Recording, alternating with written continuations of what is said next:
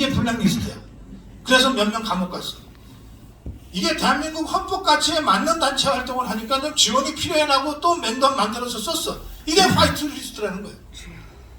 그래, 저는 이게 블랙리스트고 이게 화이트리스트면 안 하는 게 바보지. 국가권력은 그런 거 하라고 준 거지. 이명박 정부는 이것도 안 했다는 거 아니야. 이것도 안 해서 이것 때문에 감옥에 간 사람이 한 놈도 없다는 거 아니야. 저는 그 점에서는 박근혜 정부가 이명박 정부보다 조금은 나았다고 생각해요. 다만 서투르게 하는 바람에 좌파들한테 괜히 핑계나 주고 빌미나 주고 그래갖고서 대대적으로 역풍을 맞게 된 거예요. 좌파가 왜 박근혜 대통령을 쫓아내려고 촛불을 들었나? 저는 대북 강경 정책, 대북이 북한에 대한 원칙적인 입장, 이게 좌파들로부터 촛불을 들게 만든 직접적 원인이라고 생각해요. 이 좌파들은 북한과 따로 있는 존재가 아니잖아요. 북한과 한 몸이잖아. 한 몸이잖아. 그러니 김정은이가 박근혜 정부 때 얼마나 힘들었냐. 여러 전문가들 얘기를 들어보면 조금만 더 밀었으면 끝났다는 거거든.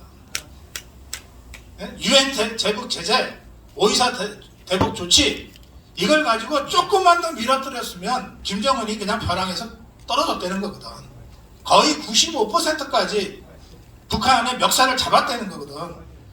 북한이 살 수 있는 유일한 뒷문이 중국인데 중국까지도 미국 정부가 강력하게 전방위로 압박을 했기 때문에, 그리고 그 중국의 협조를 얻기 위해서 박근혜가 그 전승국 행사까지 갔기 때문에 그런 것까지 전부 합쳐서 전방위로 지금 북한 멱살을 딱 잡아서 나머지 5% 정도만 꽉 잡아 채면 이제 여기는 끝낼 수 있었거든.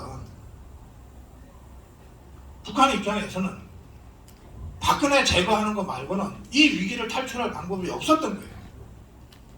정상적인 방법으로는 안 되는 거야, 제거가. 그래서 촛불을 들고 최순실이 같은 자를 끌어들이다가 떡칠을 해가지고 탄핵시키고 감옥에 보냈다고 난 생각합니다. 그리고 나서도 우리의 선거 지형이 그리고 나서 치러진 선거에서도 문재인이가 41% 간신히 해서 되는 거예요. 대한민국이 70년 동안 좌파와 이념 전쟁을 하면서 여기까지 자유민주주의 시장경제 체제를 발전시켜 왔는데, 설사 최순실이가 나타났다고 한들 국민들의 정치의식 수준이나 이념적 배치가 하루아침에 어떻게 확 바뀌냐고. 그러니까 2017년 선거에서도 이번에 윤석열이 안철수가 단일화 했듯이 홍준표하고 안철수가 단일화만 했으면 이긴다고.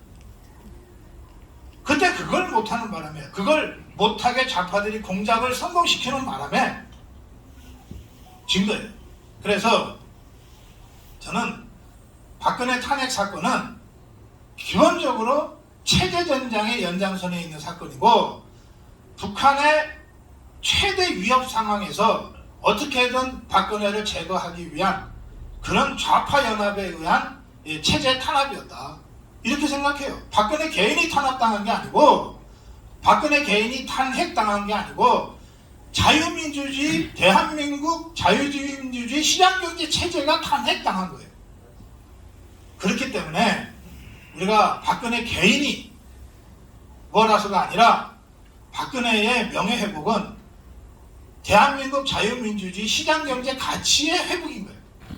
그 점에서 우리 모두의 과제라고 생각하는 것이고, 이번 대통령 선거의 승리도 그 좌파들의 체제전쟁에 대한 결정적인 이 분기점이 되는 선거다, 이렇게 저는 생각하는 겁니다.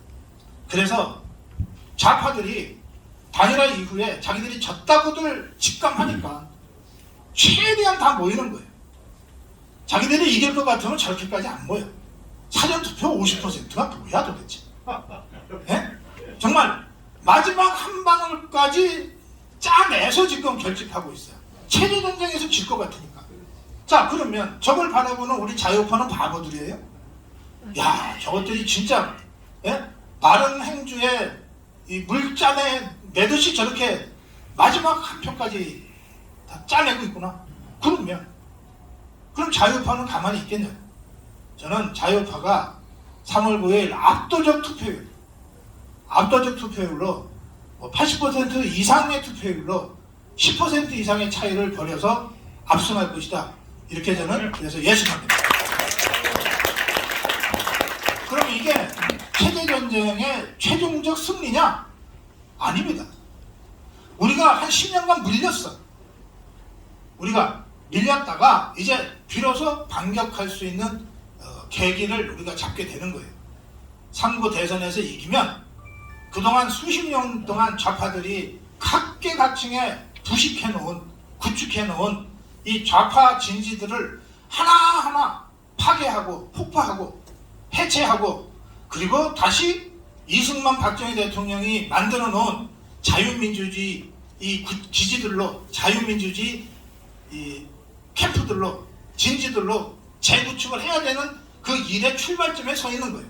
그러면 지금은 선거라는 방식을 통해서 자유파와 좌파가 투쟁하지만, 대통령 선거에서 이겨서 윤석열 정부가 출범하는 순간 이제는 선거라는 방식이 아니라 온 사회 영역에서, 교육 현장에서, 종교 그 기도회에서, 또는 방송국에서 좌파와 자유파 간에 끝없는 이념 투쟁이 곳곳에서 전개될 수밖에 없는 상황이 된다는 겁니다. 그리고 저 좌파는 그런 이 진지전 상황에서 뭐라도 트집 잡으면은 다시 광우병의 추억을 호출할 거고, 박근혜 탄핵할 때에 그 600여 개의 좌파단체들이 일사불란하게 움직여서 다시 광화문을 장악하려고 할 거란 말이에요. 그러니까 우리가 한 번 당하면은 실수인데 두 번 당하면 바보지. 근데 광우병에도 당하고 박근혜도 당했으니까 이번에 또 당하면 세 번째나 당하는 거 아니야. 네? 다 한강 빠져 죽어야지, 그 정도 되면. 그래서 정광훈 대표님이 지금부터 경고하는 거예요. 대선에서 승리하는 그날부터 좌파와의 전면적인 이념 투쟁이 다시 시작되는 거다.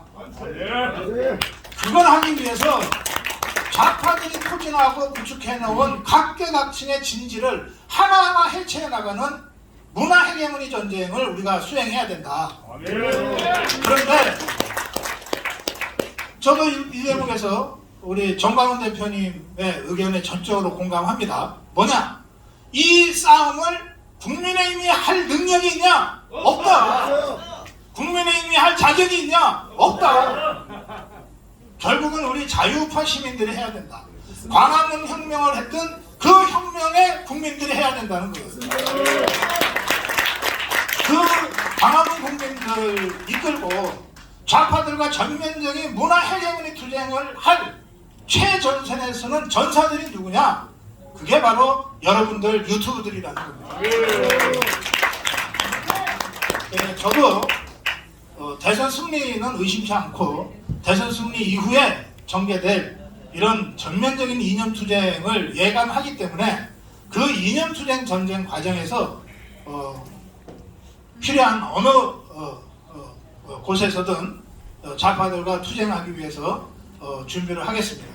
저는 오늘 이 자리에 함께 계신 이 자유파 유튜브 동지 여러분께도 그러한 훨씬 더 진한한 좌파와의 끝없는 이념 전쟁, 마지막 문화 전쟁, 마지막 헤게모니 전쟁이 기다리고 있다. 그 전장터에 정광훈 목사님과 함께, 정광훈 대표님과 함께 선봉에 나설 그런 각오를 다집시다. 이 말씀을 마지막으로 드리겠습니다.